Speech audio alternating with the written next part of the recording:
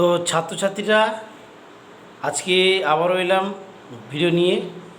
আজকে দশম শ্রেণীর যে দ্বিতীয় যে সামাটিভ এক্সামটা হবে, সেই দ্বিতীয় সামাটিভ এক্সামের চতুর্থ অধ্যায় থেকে যে কয়েকটি গুরুত্বপূর্ণ প্রশ্ন 2 নম্বরে এবং 4 নম্বরে, ওইগুলো আজকে একটু তোমাদের কাছে একটু আলোচনা করব।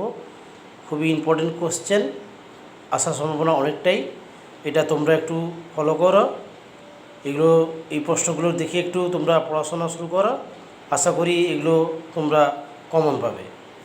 তো প্রথম প্রশ্ন হচ্ছে অধ্যায় 4 থেকে 2 নম্বরের ইলবার্ট বিল কী? ঠিক আছে, এই প্রশ্নটা একটু সবাই গুরুত্ব দিয়ে পড়বে। দ্বিতীয় প্রশ্ন, দেশীয় ভাষায় সংবাদপত্র আইন কী?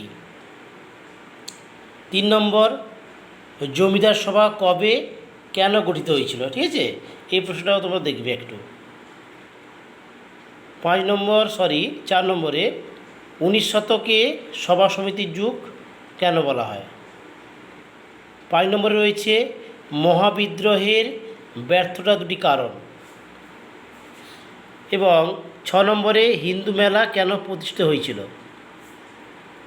7 নম্বর কোশ্চেন যেটা রয়েছে 2 নম্বর পূর্ণমান যেটা, ওটা হচ্ছে ভারত মাতা চিত্রটি বিষয়বস্তু কী ছিল? তো এইগুলোর মধ্যে তোমরা একটু ভালো করে দেখবে, বিশেষ করে ইলবার্ট বিল, দেশীয় ভাষা সংবাদপত্র আইন, 19 শতকে কেন সভা সমিতির যুগ বলা হয়েছিল, এই তিনটে একটু ভালো করে তোমরা দেখবে। ঠিক আছে, এবার আসি 4 নম্বর কোশ্চেনগুলো একটু ভালো করে দেখে নাও তোমরা। একটু 2 নম্বর কোশ্চেনগুলো একটু ডিস্টার্ব হচ্ছে, একটু দেখে না একটু। ইলবার্ট বিল বলেছিলাম, দেশীয় ভাষা সংবাদপত্র আইন বলেছি। ঠিক আছে,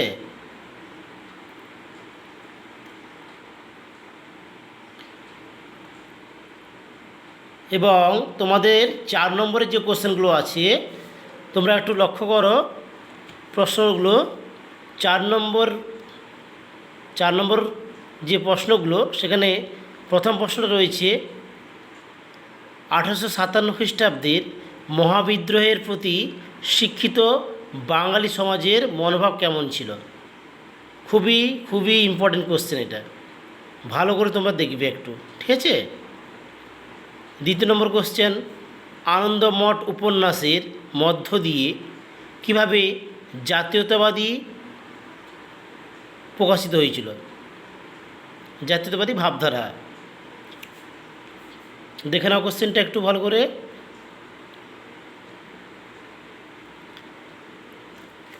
3 নম্বর কোশ্চেন, গগেন্দ্রনাথ ঠাকুরের ব্যঙ্গচিত্র কিভাবে ঔপনিবেশিক সমাজের সমালোচনা করেন? আবার বলছি, গগেন্দ্রনাথ ঠাকুরের ব্যঙ্গচিত্রটি কিভাবে ঔপনিবেশিক সমাজের সমালোচনা করে?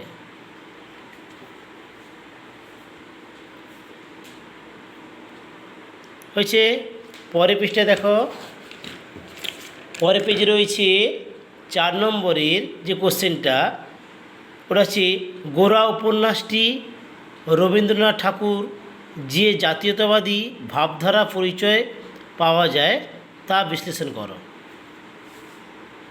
দেখে নাও কোশ্চেনগুলো একটু। 5 নম্বরে বর্তমান ভারত প্রবন্ধটি কিভাবে ভারতের জাতীয়তাবাদের উন্মেষ ঘটিয়েছিল? বর্তমান ভারত প্রবন্ধটি কিভাবে ভারতের জাতীয়তাবাদী উন্মেষ ঘটিয়েছিল? কোশ্চেনগুলো পুনরায় একটু তোমরা দেখে নাও, প্রথম থেকে দেখাচ্ছি।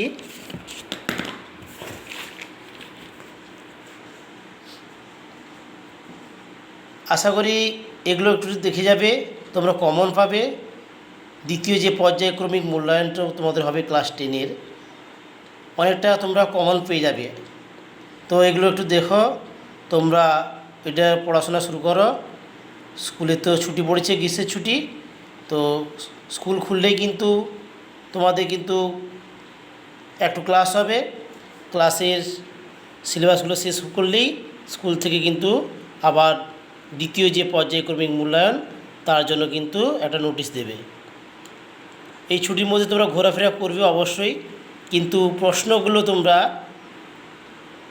তোমরা সময় মতো করে প্রস্তুতি নিবে এই প্রশ্নগুলো আনসার করার জন্য, ঠিক আছে? আজকে তোমাদের দিলাম 2 নম্বরের সাতটি দিয়েছি চতুর্থ অধ্যায় থেকে, এবং 4 নম্বরের দিলাম তোমাদের কটা 5টা। আগামী দিন আমি নেক্সট ডেটে তোমাদের আরও কয়েকটি প্রশ্ন আমি এই অধ্যায় থেকে দেব, সঙ্গে 8 নম্বরের যে ইম্পর্টেন্ট কোশ্চেনগুলো রয়েছে সেগুলো আমি তোমাদেরকে সাজেশন করে দিব, ঠিক আছে? তোমরা ভালোভাবে প্রস্তুতি নেবে, যতটা ভাবছো সোজা হবে ইতিহাস তা নয়, একটু বুঝে পড়ো তোমরা, আশা করি দেখবে জিনিসটা তোমাদের কাছে খুব সোজা লাগবে। একটু বুঝে পড়তে হবে, মুখস্থ তো অবশ্যই করবে কিন্তু একটু বুঝে বুঝে করবে, দেখবে ইতিহাস থেকে যে ভয়টা থাকে ওই ভয়টা কিন্তু কাটিয়ে ফেলতে পারবে, ঠিক আছে? ভয় করবে না, তোমরা মনোযোগ দিয়ে নিয়মিত তোমরা পড়াশোনা করো, দেখবে। এবং অবশ্যই পড়াশোনার পাশাপাশি তোমরা মুখস্থ হয়ে গেলে তোমরা লিখে ফেললে কিন্তু অনেকটা বেটার হয়, জিনিসটা অনেকদিন মনেও থাকবে, পরীক্ষার সময় এত চাপ হবে না, টেনশনও করার দরকার নেই, সুন্দরভাবে তোমরা আনসারগুলো লিখতে পারবে, ঠিক আছে? ভালো থাকবে তোমরা সকলে।